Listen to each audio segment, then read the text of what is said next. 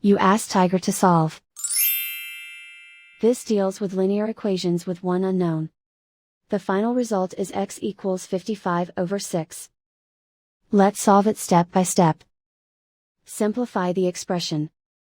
Find the greatest common factor of the numerator and denominator.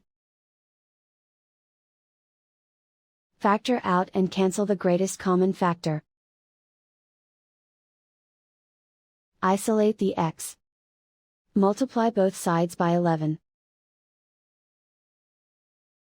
Group like terms. Multiply the coefficients. Simplify the fraction. Multiply the fractions. Simplify the arithmetic. And so the final result is x equals 55/6.